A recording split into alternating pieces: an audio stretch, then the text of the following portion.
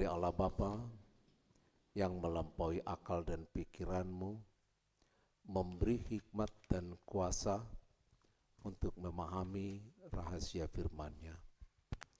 Ya Bapa, berfirmanlah, karena kami anak-anak-Mu ada di hadapan-Mu secara persekutuan pada saat ini. Kami nyatakan Kau ada di tengah persekutuan kami, dan kami juga nyatakan Tuhan akan berfirman kepada kami. Ya Roh Kudus, buka hati dan pikiran kami, agar selaput yang menutupi pemahaman kami boleh tersingkap karena kuasa-Mu. Dalam Yesus kami berdoa dan mengucap syukur. Amin. Ibu Bapa dan saudara-saudara, kekasih Yesus Kristus, firman Tuhan untuk kita di ibadah kita di akhir bulan Juni ini, saat kita akan memasuki semester yang kedua, adalah sebagaimana tertulis di Markus pasal yang ke-5, ayat yang ke-21 sampai ayat ke-43. Karena panjang ini ayat, nanti kita agak boring ya, agak bosan. Jadi lebih baik kita buatkan secara responsoria. Saya bacakan ayat yang ganjil, Ibu Bapak nanti boleh menyambung di ayat yang genap, lalu di ayat terakhir nanti kita sama-sama membacakannya sambil menikmati dan menghayatinya. Kita mulai. Sesudah Yesus menyeberang lagi dengan perahu, orang berbondong-bondong datang lalu mengerumuni Dia, sedang Ia berada di tepi danau.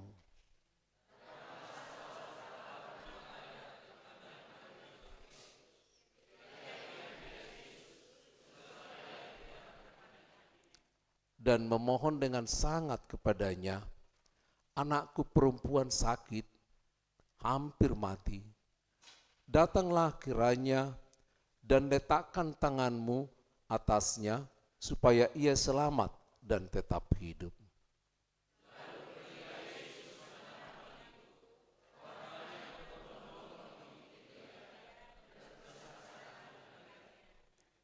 Adalah di situ seorang perempuan yang sudah 12 tahun lamanya menderita pendarahan.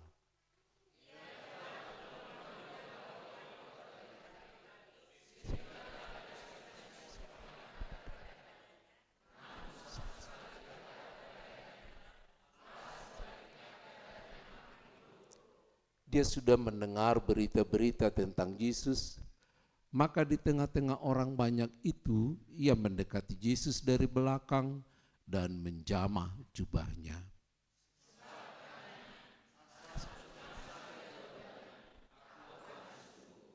Seketika itu juga berhentilah pendarahannya dan ia merasa bahwa badannya sudah sembuh dari penyakitnya.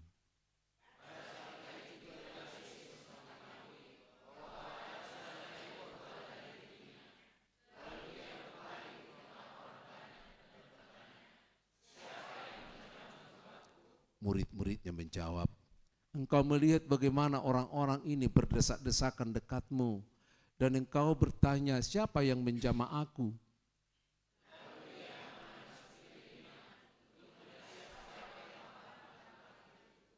Perempuan itu yang menjadi takut dan gemetar ketika mengetahui apa yang telah terjadi atas dirinya, tampil dan tersungkur di depan Yesus dan dengan tulus memberitahukan segala sesuatu kepadanya.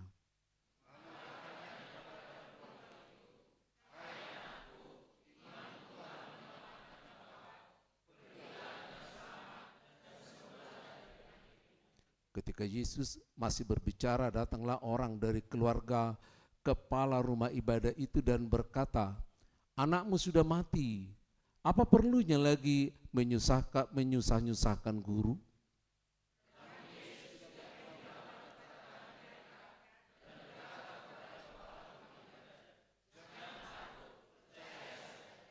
Lalu Yesus tidak memperbolehkan seorang pun ikut serta kecuali Petrus, Yakobus, dan Yohanes saudara Yakobus.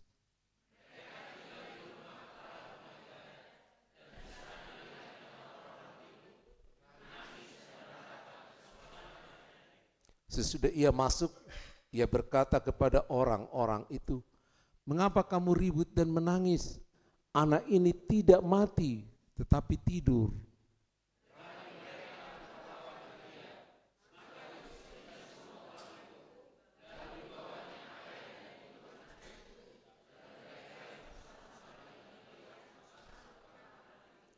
Lalu dipegangnya tangan anak itu, katanya, "Talita kum," yang berarti, "Hai anak, aku berkata kepadamu, bangunlah."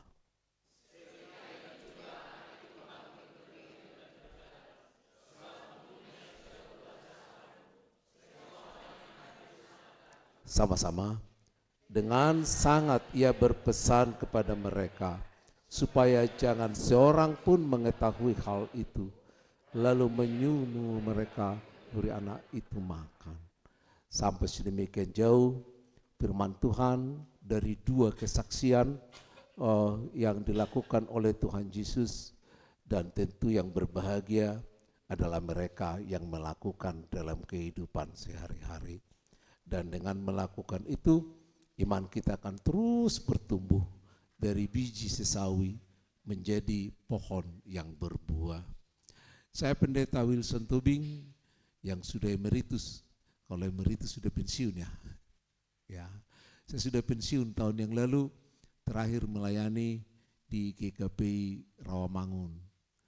Sekarang karena masih punya tenaga sedikit, masih melayani juga, tapi kadang di GKPI, tapi kami lebih banyak di luar GKPI untuk membuka berbagai pelayanan, termasuk di pinggir-pinggir jalan dan marginal vivel, dan juga di penjara-penjara dan di tempat-tempat lain yang sangat membutuhkan. Kalau ada yang mau ikut, silahkan. Hari ini GKPI Bekasi datang ke tempat kami melayani. Nanti jemaat GKPI Bekasi, seksi PI-nya akan datang ke tempat pelayanan kami untuk melihat bagaimana non-Kristen mau memuji Tuhan. Amin. Siap untuk itu? Pasti tidak. Ahami majokkan gitu ya. Oke. Ibu bapak dan saudara-saudara, bahwa tema kita kali ini adalah iman yang menyembuhkan. Iman yang menyembuhkan. Tapi sebenarnya iman itu bukan hanya menyembuhkan. Iman is everything. Segala-galanya. Apa yang kau minta akan terjadi. Saudaraku, dari teks yang kita baca tadi, dari Markus 5 ayat 21 sampai 43, ada dua keajaiban yang dilakukan Tuhan Yesus. Keajaiban yang pertama adalah putri Jairus, seorang kepala rumah ibadah di Kapernaum. Ya. Biasanya kepala rumah ibadah Yahudi ini agak sombong ini ya, angkuh. Karena mereka kan orang-orang Saduki, ahli Taurat, dan turunannya. Dan itulah yang seringkali menjadi mencari-cari perkara dengan Tuhan Yesus. Kalau di bahasa Indonesia, seringkali mereka muncul mencobai Tuhan Yesus ya. Bahasa Bataknya apa? Mengujuni gitu ya. Jadi bahasa sehari-hari cari pasal ya. Jadi dia cari pasal dari Tuhan Yesus. Lalu ajarannya seringkali diputar balik supaya banyak orang anti kepada Tuhan Yesus, karena Tuhan Yesus makin lama makin banyak pengikutnya. Amin. Berapa pengikut Tuhan Yesus setelah dia mati? Pada waktu dia meninggal, dia memperkenalkan diri kepada berapa? Ada 500. Ya. Cobalah 1 Korintus 15 ayat yang ke-6. Jadi ada 500. Jadi Tuhan Yesus memperkenalkan dirinya setelah bangkit kepada 500 saudara-saudaranya. Oke. Yang kedua, slide yang ketiga. Ada seorang perempuan yang sudah 12 tahun penyakit pendarahan. Ini penyakit perempuan. Laki-laki nggak pernah mengalami ini. Jadi kita nggak tahu bagaimana ini. Kalau mau digambarkan ini harus perempuan yang menggambarkan. Kalau kita nanti laki-laki menggambarkan sok tahu kan. Karena kita nggak pernah mengalaminya, bagaimana sakitnya. Tapi ini dikatakan 12 tahun. Dari kata 12 tahun itu, kalau satu penyakit kita rasakan 12 tahun nggak sembuh-sembuh, itu penyakit apa? Pilek. Kan nggak mungkin ya, itu udah penyakit serius. Saking seriusnya, semua hartanya sudah habis dijual. Untuk apa? Berobat. Udah ke tabib, kemana-mana, ya dibawa ini dan lain sebagainya. Tapi makin lama makin apa katanya tadi? Makin buruk, makin parah penyakit ini. Oh betapa sedihnya dia. Itu yang kita lihat. Jadi ada 2 peristiwa. Satu anak putri Jairus umur 12 tahun. Tadinya masih sakit ditinggalkan bapaknya. Di tengah jalan datang buah-buah ya. Datang pemberitahuan sudah meninggal. Ya, lalu mereka bilang, ngapain lagi nyusahin guru? Udah mati, orang udah mati nggak ada gunanya lagi kan? Ya udah selesai gitu ya. Tinggal tanam. Tapi apa kata Yesus? Jangan persoalkan itu. Ayo jalan terus. Kenapa? Karena bagi Yesus, orang yang hidup dan orang yang mati adalah sama. Orang yang mati adalah tidur. Amin. Kan tadi dikatakan demikian. Orang yang mati adalah tidur. Saya tidak terlalu dalam menjelaskan ini ya, karena nanti nggak sampai kita ke tujuan. Jadi saya coba potong sampai di situ bahwa memang orang yang mati itu sebenarnya tidak perlu kita khawatirkan, takutkan, karena kematian adalah duka cita atau keuntungan.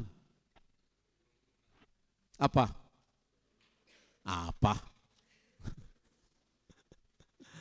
Kematian itu duka cita atau keuntungan? Nah iya. Jadi kenapa kalau ada orang meninggal, WA langsung berderet turut Iya. Yang benar yang mana?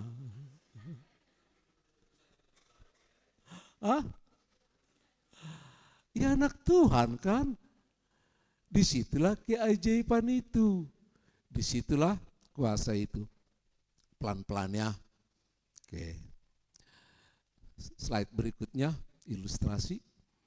Ada satu keluarga sedang mudik, pulang ke kampung. Kalau Jawa mudik ya, kalau kita apa? Pulkam. Lagi pulkam dia.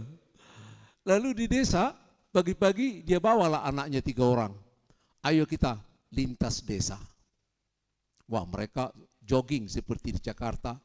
Mereka pakai sepatu, bawa minuman air putih, jogging mereka lintas desa. Mereka melewati desa pertama, di sana banyak kandang-kandang ayam. Anaknya mengeluh, bau cepat-cepat, bau kali di sini, kan gitu ya. Lalu karena cepat-cepat keluar dari desa, masuk lagi ke desa lain. Di situ banyak sapi. Mereka juga menggerutu nih, bau, gitu ya. Apa sih? Apa yang mau dilihat di desa ini? Apa yang mau dicontoh? Habis namanya desa sih ketinggalan mulu. Seperti di kota kan gitu ya. Nah, ketiga masuk mereka ke satu desa perkebunan kopi. Lalu mereka gak tarik napas di situ. Ya tarik napas karena gak segar. Mereka lihat ada petani-petani menyiangi kopi. Ada yang memetik kopi. Lalu mereka jalan lagi. Gak berhenti, mereka jalan lagi hanya lintas saja. Setelah capek, mereka berhenti di satu tempat, ada pohon yang rindang. Mereka duduk di sana dengan membawa air putih, mereka minum, gak makan apa-apa. Lalu di situ bapaknya mulai cerita nih sama anak-anaknya. Tadi kalian masih ingat enggak desa pertama apa yang kita lewati? Kandang ayam. Kedua, sapi. Ketiga, kebun kopi. Lalu dibilang sama anaknya, apa yang kau lihat dengan ayam-ayam itu? Lalu anaknya bilang, ya ayam lah, emang apa? Udah gak enak baunya. Ya, kotor lagi. Ya namanya juga ayam orang desa. Kakinya 2, sayapnya 2, ya itu ayam. Dikasih makan aja ribut, apalagi gak dikasih, kan gitu ya. Oh, hanya itunya kau lihat. Ya itulah, mau lihat apa? Emang gitunya di desa. Kalau mau jangan jalan-jalan ke desa, ke kota dong, kan gitu ya. Anaknya mulai mengeluarkan kekesalannya. Lalu anaknya kedua ditanya, kau lihat apa dengan sapi-sapi itu? Ya namanya juga sapi, kan gitu ya. Kotor, jorok, tadi apain itu? Kemana peternaknya kok nggak diapa? Nggak disemprot kotorannya. Sapinya banyak, tapi nggak diurus, kan gitu ya. Dia hanya, mereka tahu hanya ngambil susunya doang gitu. Nah, yang ketiga tanya, kau apa yang kau lihat dengan kopi itu? Ya namanya juga petani Pak, ini kan desa, metik kopi, nyiangin gitu ya. Supaya mereka bisa makan memang begitu gitu ya. Bapaknya agak jengkel mendengar apa yang anaknya lihat. Lalu bapaknya ngomong begini, kira-kira kalau enggak lengkap lihat yang tertulis. Apa yang kau lihat di balik dari ayam, sapi, dan kopi itu? Apakah kamu hanya mampu melihat ayam sebagai ayam, sapi sebagai sapi, kopi sebagai kopi? Kamu anak kecil, setiap hari kamu minimal sekali 2 hari kau makan telur ayam. Makan daging ayam, nggak terhitung. Kadang-kadang kau 2 kali sehari makan ayam. Ada fried chicken lah, ada ayam apa lagi? Ayam penyet, ayam ini, ada yang dibuat jadi bakso, ada yang dibuat dari ini. Emang ayam itu dari mana? Apa kau nggak tahu kalau itulah dari sini, dari desa-desa ini? Sehingga ketika mengantar ayam ini ke kota, ada transportasi, ada mobil yang bergerak, ada supir yang makan, ada pedagang yang makin kaya, ada ekonomi yang makin meningkat. Apa kalian tidak lihat? Apakah kamu hanya melihat ayam? Kamu udah sekolah loh. Sama anaknya nomor 2, dikatakan, kamu tidak melihat sapi itu. Sekarang sapi udah lebih baik loh dari kebanyakan manusia, dari banyak manusia. Coba lihat, yang minum susu itu susu apa yang diminum manusia sekarang? Susu apa? Ya susu sapi. Kadang-kadang sudah banyak ibu-ibu melahirkan sekarang gak menyusui anaknya lagi. Yang menggantikan siapa? Gak kau lihat itu? Demi kecantikan, demi kesehatan katanya, sekarang gak mau lagi nyusuin anaknya, udah sapi yang nyusuin. Kau lihat tinggal berapa pabrik yang bangkit. Dibangun pabrik, ada buruh, ada transportasi, ekonomi naik terus. Karena buruh-buruh yang tidak punya lahan, akhirnya mereka menjadi memburu di sana. Di sanalah mereka dapat kehidupan. Apa kamu gak lihat? Coba kalau mereka desa-desa di seluruh Indonesia ini macet, tidak memproduksi apa-apa. Orang kota makan dari mana? Mau menggigit Monas? Apa mau dimakan? Yang paling besar itu mulai dia main tuding. Kamu tiap malam minggu kamu nongki-nongki di mana? Minum apa? Emang kopimu itu ditanam di Harmoni? Itu kan dari sini. Kamu tahu enggak, tetesan keringat mereka itu menjadi kopi yang kamu nikmati sambil pacaran. Mereka sambil pacaran enggak metik kopi. Coba. Apakah kamu tidak mampu melihat dimensi di balik satu fakta? Mampukah? Mampukah melihat beberapa dimensi di balik sebuah fakta? Kalau kita tidak mampu melihat beberapa dimensi di balik satu fakta, maka semua orangnya pasti sumbu pendek. Apa itu sumbu pendek? Hah? Sumbu pendek apa? Ya tukang marah-marah, gak cocok sedikit caci maki. Ya kan? Gak cocok dengan anak-anak, habis deh. Marah sedikit, hanya ini yang dilihatnya. Semua gak cocok. Kalau gak cocok mau diapain? Ganti gitu ya. Makanya sekarang banyak mau ganti istri ya. Kenapa? Kalau nggak cocok, udah banyak orang kutanya, kenapa sih harus bercerai gitu ya? Ya gimana mang, kan udah nggak cocok, itu kehendak Allah kali gitu ya. Iya enggak? Iya kan? Nggak cocok, kenapa?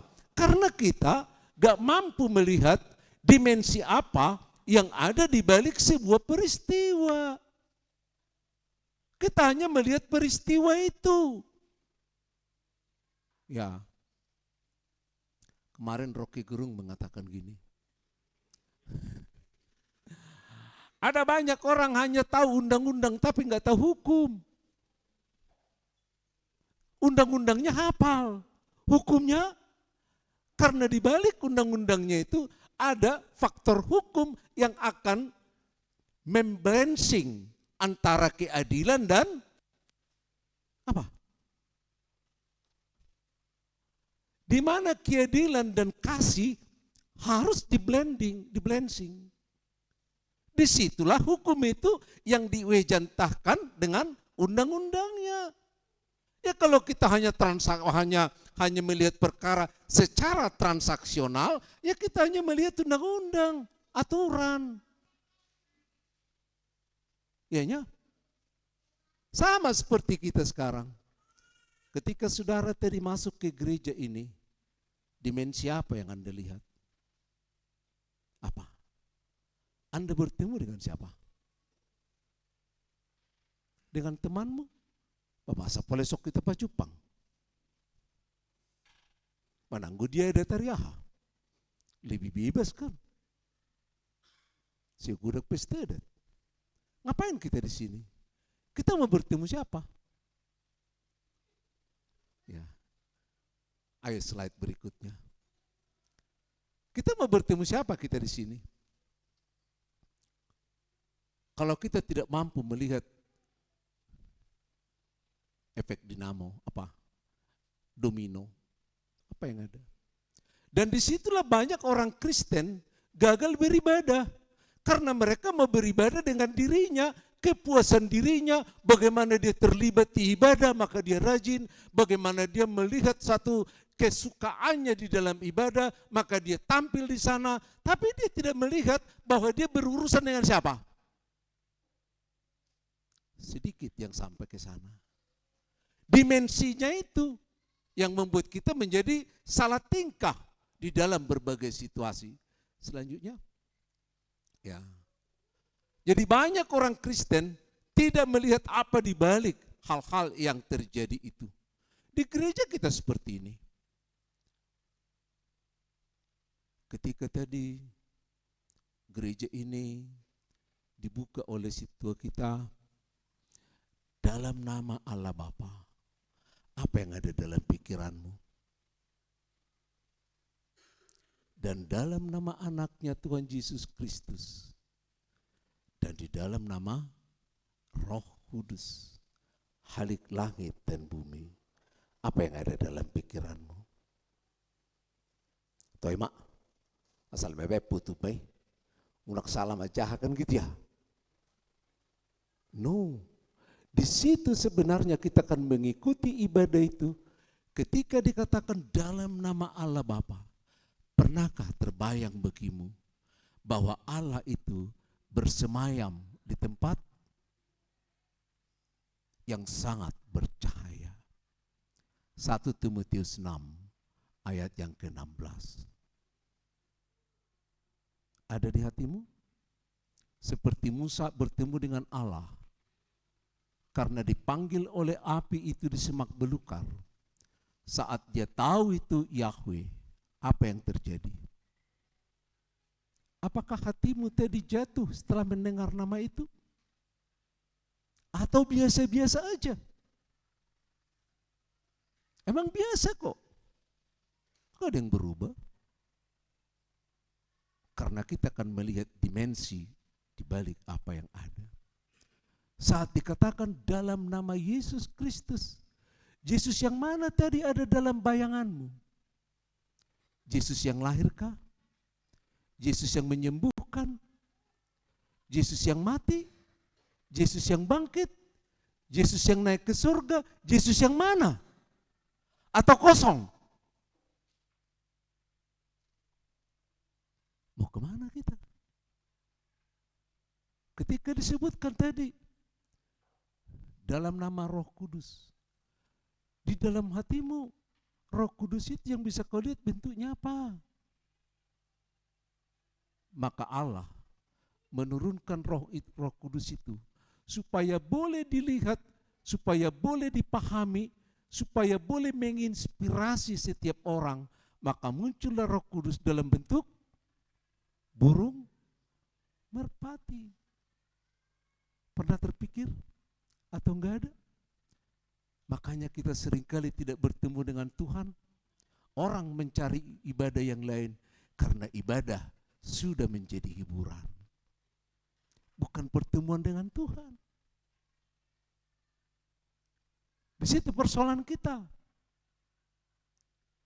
Kalau kita mengikuti kata demi kata, maka kita akan hanyut nih di dalam apa?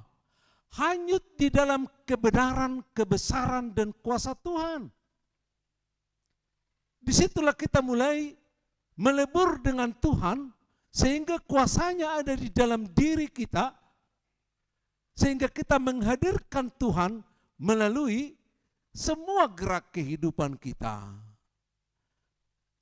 Kuasa Tuhan akan menjadi gaya hidup. Amin. Kuasa Tuhan akan menjadi gaya hidup.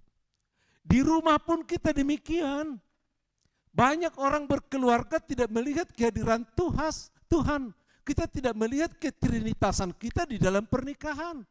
Kita hanya melihat seorang suami, seorang istri, ya suka-sukanya menjalankan ini. Padahal kita diteguhkan di dalam siapa? Allah Bapa, Anak, dan Roh Kudus. Sehingga suami, istri diikat dengan kasih Tuhan.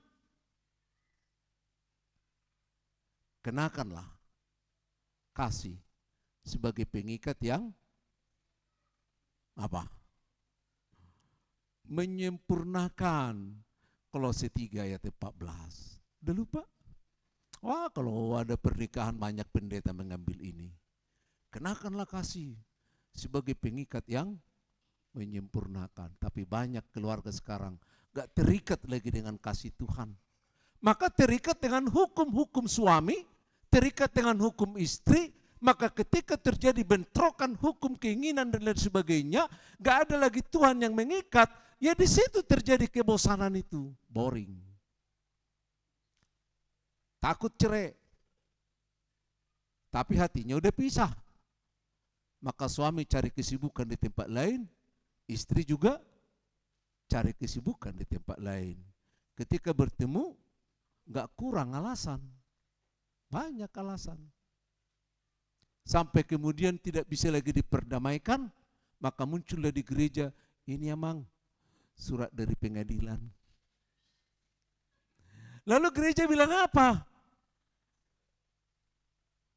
Gigi jari. Gigi jari. Kenapa? Karena orang-orang seperti ini tidak akan pernah minta bimbingan dari bapak rohaninya, dari pendetanya. Mereka hanya mencoba memberitahukan bahwa surat dari pengadilan sudah turun ini. Aku mau menikah lagi, kan gitu ya. Pendeta mau bilang apa? Ya, udah cerai. Kamu mau menikah? Ya, saya mau menikah. Ada enggak PRT yang melarang? Karena enggak ada, lakukan. Maka kita hidup di dalam undang-undang, tapi tidak di dalam hukum. kasihilah Tuhan Allahmu seperti dirimu sendiri. Kasihilah Tuhan Allahmu dengan segenap hati, bukan seperti diri sendiri. Kasihilah Tuhan Allahmu dengan segenap hati. Terus segenap jiwa, segenap kekuatanmu. Artinya effortmu harus muncul. Jangan dikit-dikit mengalah. Apa ini udah jol madope gitu ya. Ya udah. Baru kasihilah Tuhan Allahmu, kasihilah sesamamu seperti udah diperbaharui enggak itu? Udah, hukum yang baru enggak seperti itu lagi. Kasihilah sesamamu manusia seperti aku mengasihimu. Kata siapa? Kata Yesus. Jadi aku mengasihimu tidak seperti aku mengasihi diriku, tapi aku mengasihimu seperti Yesus mengasihimu. Dan aku akan melakukan itu. Di tempat kerja juga seperti itu. Kita bekerja sekarang apa? Sudah hanya bipartit antara anak buah, tenaga kerja dengan pengusaha. Maka sekarang dikit-dikit buruh demo, ya itu nanti jadi masalah politik ya. Sedikit saya akan melihat ini ada pertentangan di antara keduanya. Buruh demo gaji kurang tinggi, tapi pernah enggak buruh-buruh demo karena mereka kurang etika bekerja? Kurang disiplin? Ada enggak? Ada. Kenapa? Karena di antara pekerjaan kita sekarang, seperti orang Batak, pekerjaan itu dianggap mereka sudah jadi ayam. Kenapa seperti ayam? Karena setiap orang Batak dikatakan, itu dia oleh, abah songoni malah merhais mertuduk. Songaha. Leia. Artinya mau sorong dan dihais. Malang. Atong di dia Tuhani. Danga dong be. Gak ada lagi. Gak di situ lagi. Pokoknya merhais mertuduk mak. Masih main gugu nama-nama merhaison kan gitu ya. Karena enggak ada lagi Tuhan, maka banyak orang masih main guguna, adu pintar, adu strategi, adu teknik, maka di mana-mana sekarang korupsi jalan semua. Dari tingkat apa? Wah, kalau dijaring nanti kepala desa di seluruh Indonesia. Masuk ini setengah ini. Kepala desa ini. Ya, dari tingkat desa sampai ke ke menteri. ACL sekarang gimana? Terus siapa lagi? Jadi anggota DPR tuh Hastono udah terdakwa lagi. Banyak. Kenapa? Kenapa itu? Karena kita sekarang bekerja seperti ayam. Tidak lagi seperti anak Tuhan. Kalau anak Tuhan kan Kolose 3:23 apa? Apapun yang kamu perbuat, perbuatlah dengan segenap hatimu seperti seperti untuk Tuhan. Jadi satu orang memberi tugas kepada kita, tapi pertanggungjawaban kita double. Satu kepada pimpinan, satu kepada Tuhan. Ingat enggak? Kepada siapa pertanggungjawabanmu? Ayang gutu pimpinan do, boy do kong kali kong. Alah itu san, hati nuranimu. Gimana? Ini persoalannya. Ketika kita tidak melihat dimensi Allah, kuasa Tuhan ada di dalam kehidupan kita, ibadah kita sia-sia. Dan ada gunaan anak pedi peringgas-ringgas. Kenapa? Kebanyakan memuaskan diri doh kita. Tahu nomor minggu bah, apa juga anak itu cenu kan gitu ya. Tahu nomor minggu sekolah cocok lala jamite sekolah cocok go. Selesai doholan cocok, kan? Lalu minggu depan siapa lagi ya? Kan gitu ya. Sasokon daring gas juga kan gitu. Hanya di situ. Mau apa? Emang demikian adanya. Kan gitu ya. Jadi jemaat kita, rumah tangga kita, pribadi kita seperti sudah tumpul nih untuk bermultidimensi dari semua peristiwa. Padahal Tuhan telah mengajarkan kita di Roma 8 ayat 28. Ya. Tuhan turut bekerja dalam segala hal. Kalau segala hal artinya baik dan buruk. Apakah Tuhan bisa mendatangkan kebaikan dari yang buruk? Apakah Tuhan bisa menghadirkan kebaikan dari yang buruk? Maukah melakukan itu? Semakin buruk keadaan itu, semakin besar kuasa yang akan ditampilkan oleh Tuhan. Emang si Yusuf sampai menjadi raja di Mesir yang dikirim jadi raja? Enggak. Dia kan dijual sama siapa? Saudaranya. Karena mereka cemburu kasih. Jadi cemburu kasih itu bisa menjual orang loh. Siapa yang cemburu? Itu sumbu pendek. Nggak tahu dia apa di balik peristiwa, maka dia cemburu. Pokoknya huberek kodocenu. Kan gitunya. Nak penipat orang bahwa itu kan fakta, itu fakta. Gitu loh. Bawa ke pengadilan. Sekarang buka undang-undang, masuk penjara kan gitu ya. Di baliknya apa? Ya. Si Daniel di pembuangan di Babilonia, kenapa dia bisa naik? Menjadi raja kedua, kenapa? Karena dia juga difitnah. Jadi fitnahan selalu membawa anak-anak Tuhan menjadi lebih apa? Justru kadang-kadang berkat membuat banyak orang jadi lupa diri. Itu teh sama dengan banyak kecantikan orang-orang tertentu tidak menjadi berkat, malah bumerang. Coba. Banyak kepintaran, banyak pendidikan seseorang justru membawa dia kemana? Ke penjara. Saya sudah melayani ketahanan tipikor. Saya melihat di sana, waduh sayang banget manusia ini, orang-orang pintar. Yang masuk ke sana rata-rata sarjana loh minimal. S2, S3.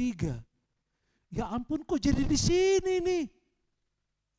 Kalau dia tidak S1, S2, S3, masuk nggak ke situ? Masuk enggak? Kan enggak.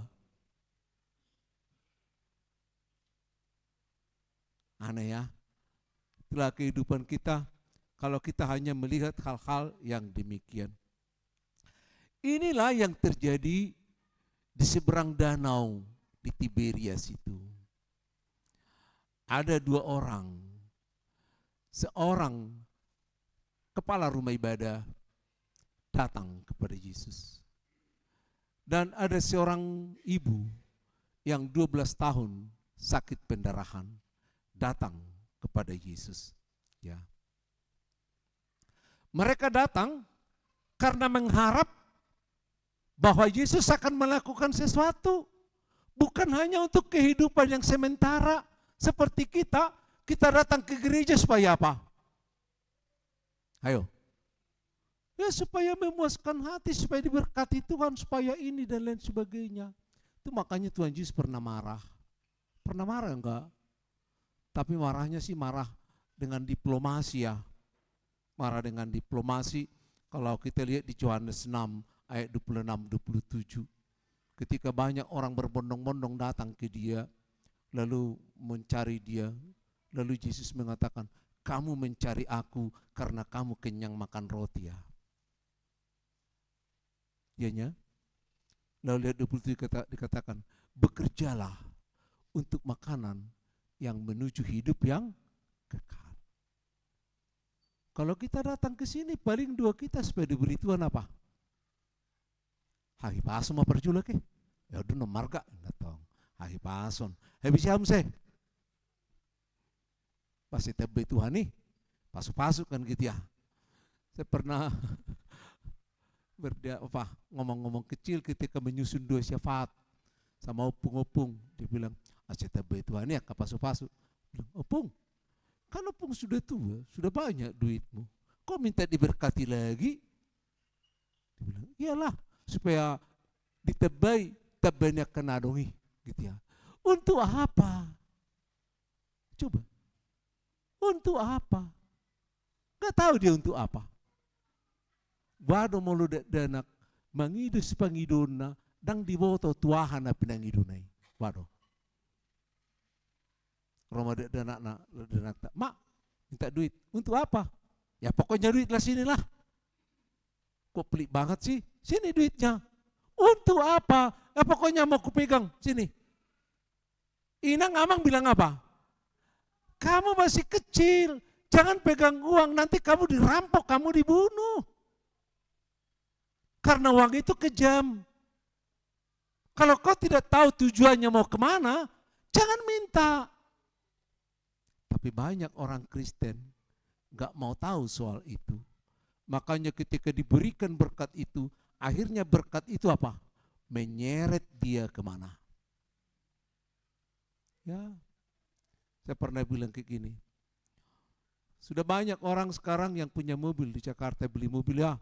Ada yang baru, ada yang second. Numpang tanya, minggu pertama setelah mobil itu ada di rumah, kau bawa kemana? Ke Ancol, ke Puncak, ke mall, atau ke gereja? Kemana pertama? Kemana nih? Ayo geleng-geleng.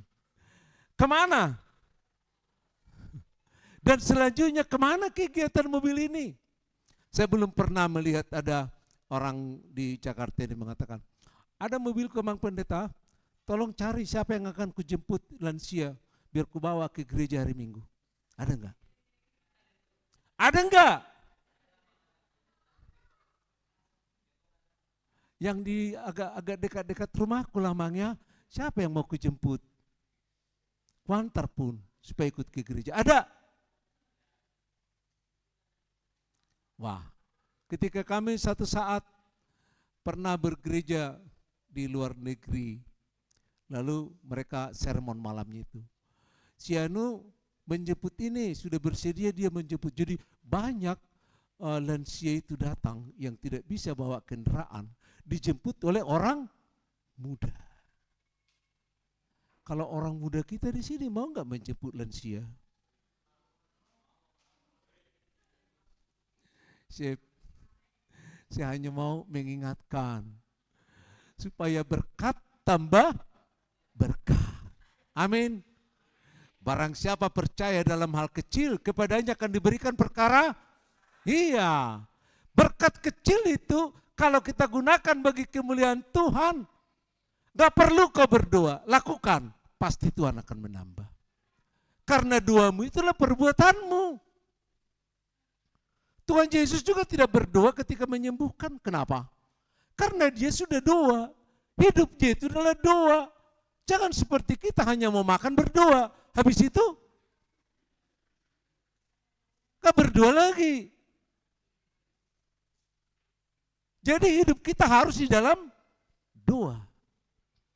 Makanya doa kita seringkali hanya dimensi pertama. Pokoknya seseorang sumat dibereng gitu ya. Martanya kita anak penak pakurusukan. Tuh emak gitu ya. Oke.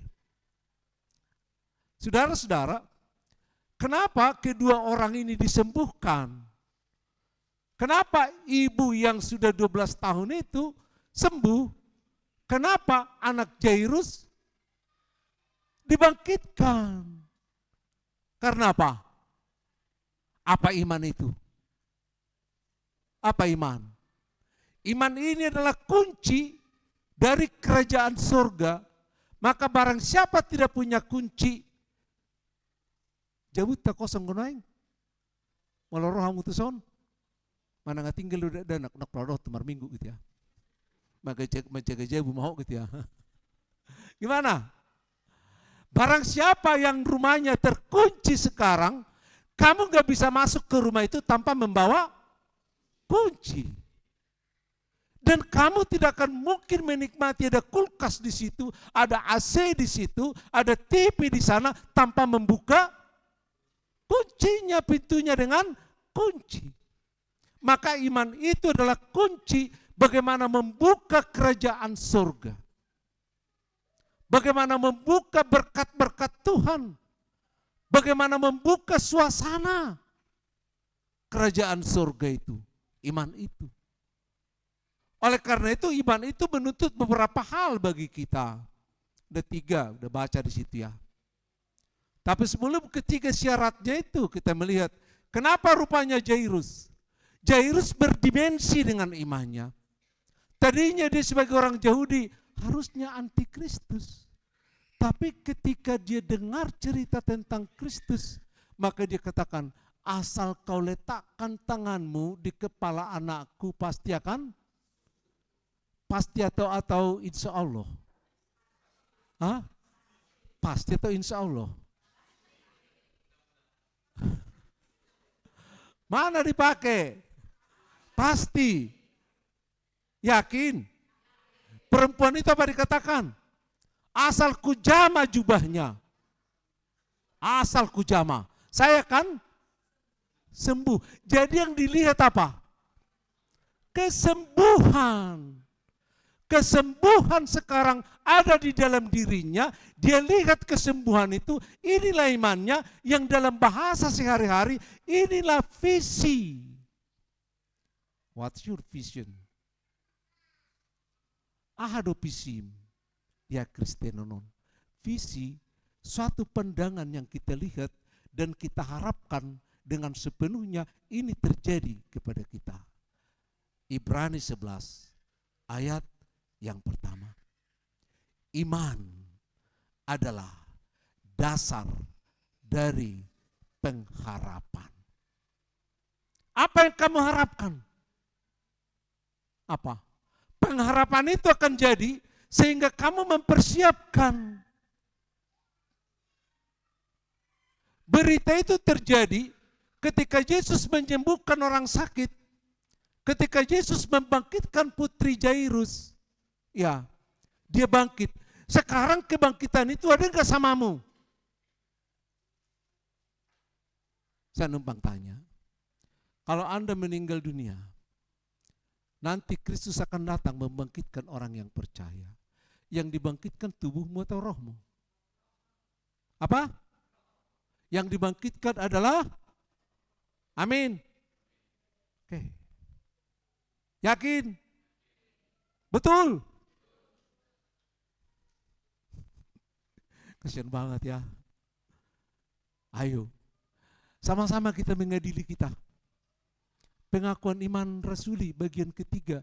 Aku percaya kepada Roh Kudus. Sama-sama, 1, 2, 3 ya. Aku percaya kepada Roh Kudus. Gereja yang kudus dan am. Persekutuan orang kudus. Pengampunan dosa. Kebangkitan dan hidup yang dibangkitkan naon. Naon. Apa yang dibangkitkan? Ya ampun. Ini slip tongue atau slip konsep? Slip apa? Roma 8 ayat 11. Silakan. Ada yang sukarela membaca? Supaya jangan nanti dikira aku memelintir. Roma 8 ayat 11.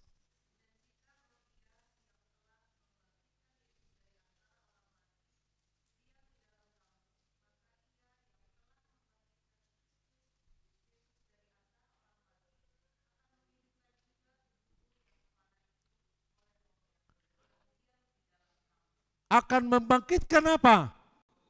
Itunya kabar baik. Di dalam Kristus ada kebangkitan? Takut semua. Kebangkitan apa? Ada kebangkitan di begu. Asal begu di pikiranmu. Bukan. Ada kebangkitan? Habis. Molotodi, kapan rupanya rohmu meninggal? Kapan rohmu dia gedai? Dibaca keramennya kapan? Makanya kau bilang tidak dibangkitkan adalah roh. Kenapa? Ini dimensi iman itu. Terganjal. Ini yang membawa iman kita enggak tumbuh. Padahal sebenarnya kabar baik itu adalah tentang kebangkitan tubuh seperti kebangkitan Yesus. Yohanes 11 ayat 25. Akulah kebangkitan dan hidup. Barang siapa percaya kepadaku, ia akan hidup selama-lamanya. Walaupun orang Kristen tetap hidup walaupun mati. Makanya tidak ada lagi istilah mati bagi orang Kristen. Lah johamun atau pondok rangonan. Adong ditulis isi di somate. Ada enggak? Ayo taruhan kita. Apanya? Bahasa Inggrisnya apa? Biar keren. Resin? Iya. Artinya apa? Istirahat. Orang yang mati mah mati. Yang istirahat hidup di dalam Tuhan. Makanya dijawab Tuhan Yesus tadi. Dia bukan mati, dia hidup. Kenapa hidup? Karena dia hanya tidur. Amin. Wah, mau layak ya? Tadi malam siapa yang tidur nyenyak? Semua. Kenapa kok tidur nyenyak? Lucu-lucu ya. Kenapa tidur nyenyak? Pasti jawabannya melebar ke sana kemari. Aku tahu di batinmu. Kau tidur nyenyak karena kau yakin bahwa besok pagi akan bangun. Amin. Seperti matahari tidak pernah bohong. Dia akan terbit, maka orang-orang yang tidur juga akan bangun. Makanya kita tidak merasa khawatir, tidak merasa takut untuk tidur. Makanya kalau kau yakin seperti Yohanes 11 ayat 26, bahwa akulah kebangkitan dan hidup, barang siapa percaya kepadaku, dia akan hidup selama-lamanya, walaupun dia sudah mati. Ayat 26, diulang lagi ayat ini, tapi dikunci dengan kata, percayakah engkau akan hal ini? Do you believe? Are you believe? Percaya? Percaya apa? Waduh, mau lupa orang anu saja main. Tak saat kita no tujung non. PR lah itu ya. Saya nggak bisa jelaskan karena agak panjang, tapi saya kembali kepada tadi. Ada 3 hal yang harus kita lihat di dalam iman. Kita harus memiliki pengetahuan yang pasti. Makanya tadi perempuan itu mengatakan, dia telah mendengar banyak berita. Lukas mengatakan, aku telah meneliti bahwa itu betul terjadi. Bukan dongeng, bukan mitos. Tahunnya ada. Benar tahunnya, benar peristiwanya, ada saksinya enggak? Berapa saksi Kristus waktu dia bangkit? Berapa? Berapa tadi? 500. Waktu menuliskan itu Paulus mengatakan, kebanyakan dari mereka masih hidup sekarang katanya. Ianya, dia tulis itu dari Efesus 1 Korintus 5 1 sampai selanjutnya. Kebanyakan dari yang 500 itu masih hidup sampai sekarang. Sayang, aku adalah murid yang paling terakhir. Kan gitu ya. Di situ persoalannya. Tapi tidak cukup pengetahuan. Kalau pengetahuan itu kan hanya gelar itu. Makanya gereja sekarang banyak sekali menyelenggarakan apa? PA. Sekolah minggu, PA. Remaja, PA. Seksi wanita, PA. Seksi pria, penatua, PI kapan? Kapan PI? Apa PI? Kapan? Kok PA terus? PI-nya enggak ada? Padahal PI adalah dasar dari semua gerakan Kristen. Amanat agung. Matius 28 ayat 19-20. Pergilah, beritakan apa? Injil. Baptis mereka dalam nama apa itu buat naik tema hola kita perison. Hola dana teman-teman baptis dok pelalau kita keluar. Kan gitu ya. Makanya tersumbat semua. Tersumbat.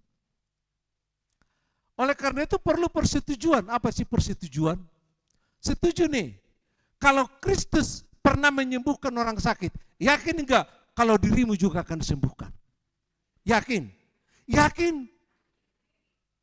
Di situ. Setuju. Aku setuju. Supaya persetujuanku itu menjadi satu kenyataan, saya harus mengandalkan Kristus. Karena Kristus enggak mau bekerja kalau sudah ada mengerjakan. Mau dudung lah kita tudukun. Allah udah Kristus roh. Masih datang? Ya enggak. Di situ persoalannya. Setiap ini mulai berkeluarga kita. Mulai dong anak buru ternyata masuk 7.000 rapak 2 tamata. Pedua-dua di jebu baru inata. Tibur bernamakan. Alai dango lebih bersama. Nak dipadami alai hati sudah terluka. Sama dengan Kristus. Kalau kita main mata dengan kekuatan dunia, maka dia juga tidak akan masuk. Karena dia mau mengatakan, mengandalkan. Makanya dikatakan dalam hukum Taurat yang pertama sampai ketiga, akulah Tuhan Allahmu. Terus, jangan ada ilah lain. Mau dimain ilah lain, gabe la ilaha illallah nama tong. Kan? Tak tahu tu benar tu dia. Mau ditabun non ilah lain, bala ilaha illallah nama. Kan? Oke, bagaimana pengandalan diri ini? Saya ambil satu contoh yang kecil aja ya, udah terlalu lama kita ya. Ada satu perahu menangkap ikan agak ke tengah. Dia tidak sadar, gelombang datang, dia kena pukul, perahunya pecah. Lalu dia sekarang mencari serpihan yang paling besar. Dia peluk serpihan itu, diikatkan tangannya dengan tali serpihan itu, supaya jangan terpisah. Kalau dipukul gelombang, dia capek, dia nanti terlepas, lalu tali itu mengikat. Satu hari dia di situ, hampir 24 jam, kemudian datanglah kapal yang lebih besar. Dia lihatlah, ada orang yang terapung-apung. Lalu didekatilah orang yang terapung itu. Dia lihat tertidur. Hei, kau masih bangun enggak? Masih hidup? Ya, dia bergerak. Lalu dengan gaya mereka melempar tali, dilemparkanlah tali ke orang yang terapung itu. Udah sampai dikatakan, ikatkan tali itu ke pinggangmu, pasti kamu enggak kuat lagi. Diikatkanlah tali itu ke pinggangnya. Ayo pegang, biar ku seret. Diseret nggak bisa, kenapa? Rupanya serpihan kayu yang lain lengket, jadi nggak bisa jadi menghalangi air itu. Gak bisa dia. Lalu diperintahkan, lepaskan kayu itu. Tadi dia penyelamatmu. Sekarang sudah datang juru selamat. Kamu harus melepaskan. Kalau kau mau selamat, kau harus lepaskan. Setelah dilepas, sekarang tadi dia takut lepas dari kayu itu. Setelah dia pegang tali itu, dilepaskan talinya, kayu yang membawa dia terapung itu. Sekarang dia diseret sampai ke kapal. Dia selamat? Dia selamat. Karena apa? Dilepas yang menghalanginya. Adakah hal lain yang menghalangimu untuk dekat kepada Kristus? Selama kau tidak membuangnya, kamu tidak akan bisa dekat. Karena Allah itu kudus. Hendaklah kamu kudus, katanya. Karena aku Allahmu adalah Allah yang kudus. Tapi kalau kita menyelam di dalamnya, apapun yang kau minta, Yohanes 14 ayat yang ke-13 dan 14. Apapun yang kau minta, aku akan memberikannya di dalam namaku. Sedangkan Bapak di dunia ini yang berdosa, kalau anaknya minta ikan, apakah Bapak di dunia ini memberikan ular? Kalau Bapak di dunia ini tidak memberikan ular, apalagi saya Bapakmu. Yakin? Anda dapat melihat gambaran Bapak itu sekarang. Anda mau datang ke sana? Itu makanya Yesus mengatakan, datanglah kepadaku. Hai kamu yang letih lesu. Hai kamu yang sakit. Datang kepadanya. Hai kamu yang miskin. Kalau enggak datang dia, bawa dia kepada Tuhan. Ya. Hai kamu yang merasa gagal, berdoalah, datang kepadanya. Tuhan menyembuhkan, memulihkan, karena iman itu adalah kunci untuk menikmati kemuliaan Tuhan. Amin. Kita berdoa. Terima kasih Bapa yang baik. Kau beri kami kesempatan menjadi anak-anak-Mu. Kau beri kami kunci kerajaan surga. Karena kemuliaan-Mu, kuasa-Mu nyata bagi kami. Dalam Yesus Kristus kami berdoa dan mengucap syukur. Amin.